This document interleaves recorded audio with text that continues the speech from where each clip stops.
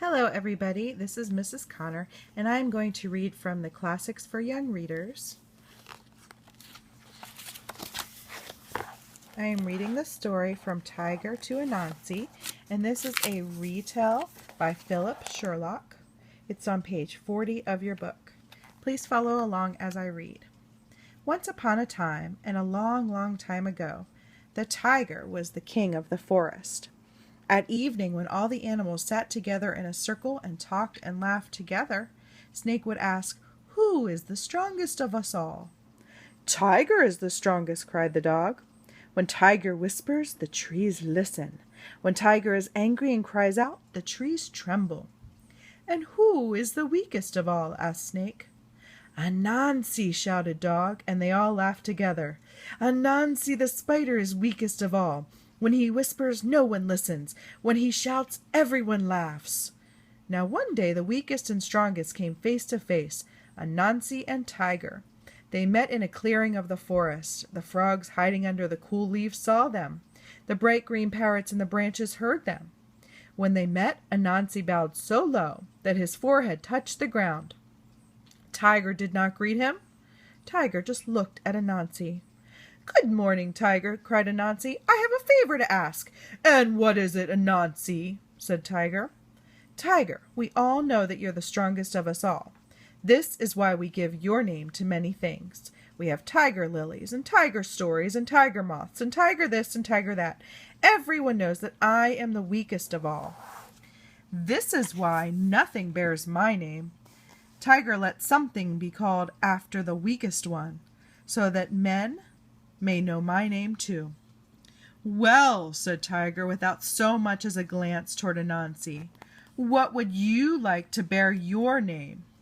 "The stories," cried Anansi, "the stories that we tell in the forest at evening time when the sun goes down. The stories about Brer Snake and Brer Takuma, Brer Cow and Brer Bird, and all of us." Now Tiger liked those stories, and he meant to keep them as tiger stories. He thought to himself, "How stupid, how weak this Anansi is. I will play a trick on him so that all the animals will laugh at him." Tiger moved his tail slowly from side to side and said, "Very good, Anansi, very good. I will let the stories be named after you, if you do what I ask." "Tiger, I will do what you ask." "Yes, I'm sure you will, I am sure you will," said Tiger, moving his tail slowly from side to side. "It's a little thing that I ask. Bring me Mr. Snake alive. Do you know Snake who lives down by the river, Anansi? Bring him to me alive, and you can have the stories." Tiger stopped speaking. He did not move his tail. He looked at Anansi and waited for him to speak. All the animals in the forest waited. Mr. Frog beneath the cool leaves, Mr. Parrot up in the tree, all watched Anansi. They were all ready to laugh at him. "Tiger, I will do what you ask," said Anansi. At these words a great wave of laughter burst from the forest. The frogs and parrots laughed. Tiger laughed loudest of all, for how could feeble Anansi catch Snake alive?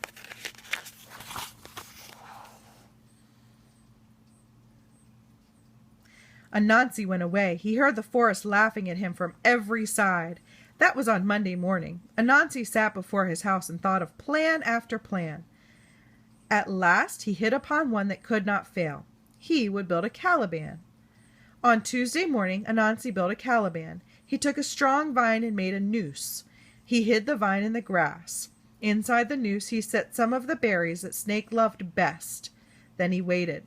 Soon Snake came up the path. He saw the berries and went toward them. He lay across the vine and ate the berries. Anansi pulled at the vine to tighten the noose, but Snake's body was too heavy. Anansi saw that the calaban had failed. Wednesday came. Anansi made a deep hole in the ground. He made the sides slippery with grease. In the bottom he put some of the bananas that Snake loved. Then he hid in the bush beside the road and waited. Snake came crawling down the path toward the river. He was hungry and thirsty. He saw the bananas at the bottom of the hole. He saw that the sides of the hole were slippery. First he wrapped his tail tightly around the trunk of the tree. Then he reached down the hole and ate the bananas.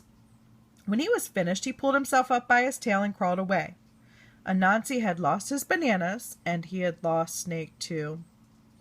Thursday morning came. Anansi made a fly up. Inside the trap he put an egg.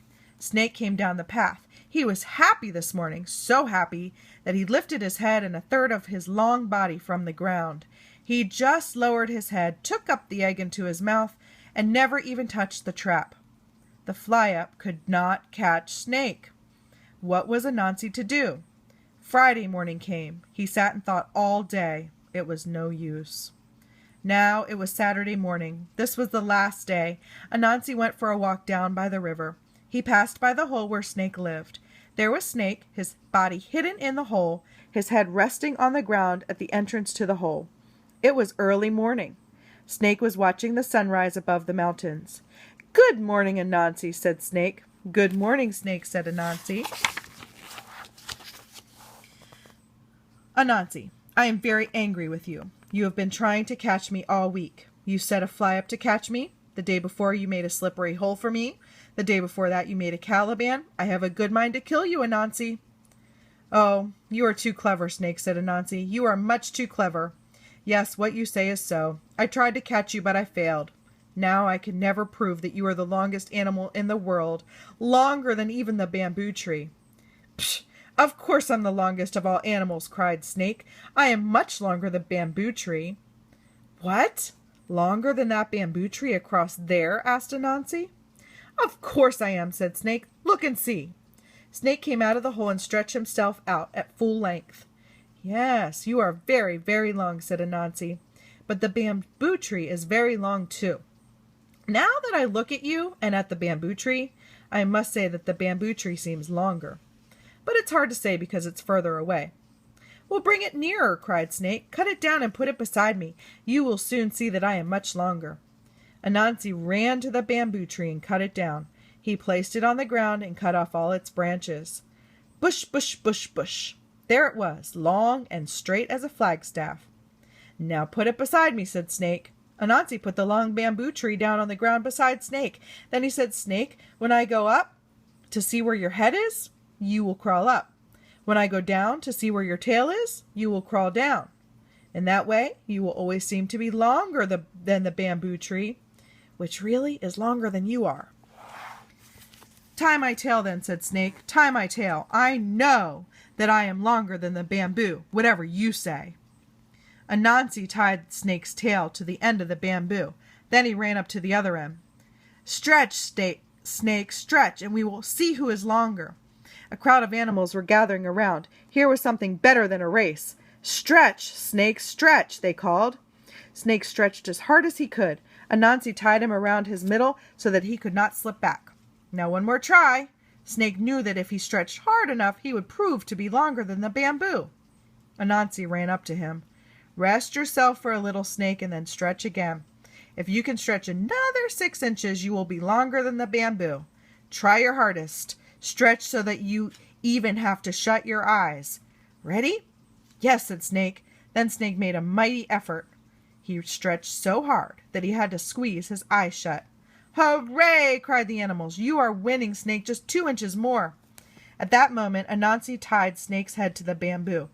There he was. At last he had caught Snake all by himself. The animals fell silent.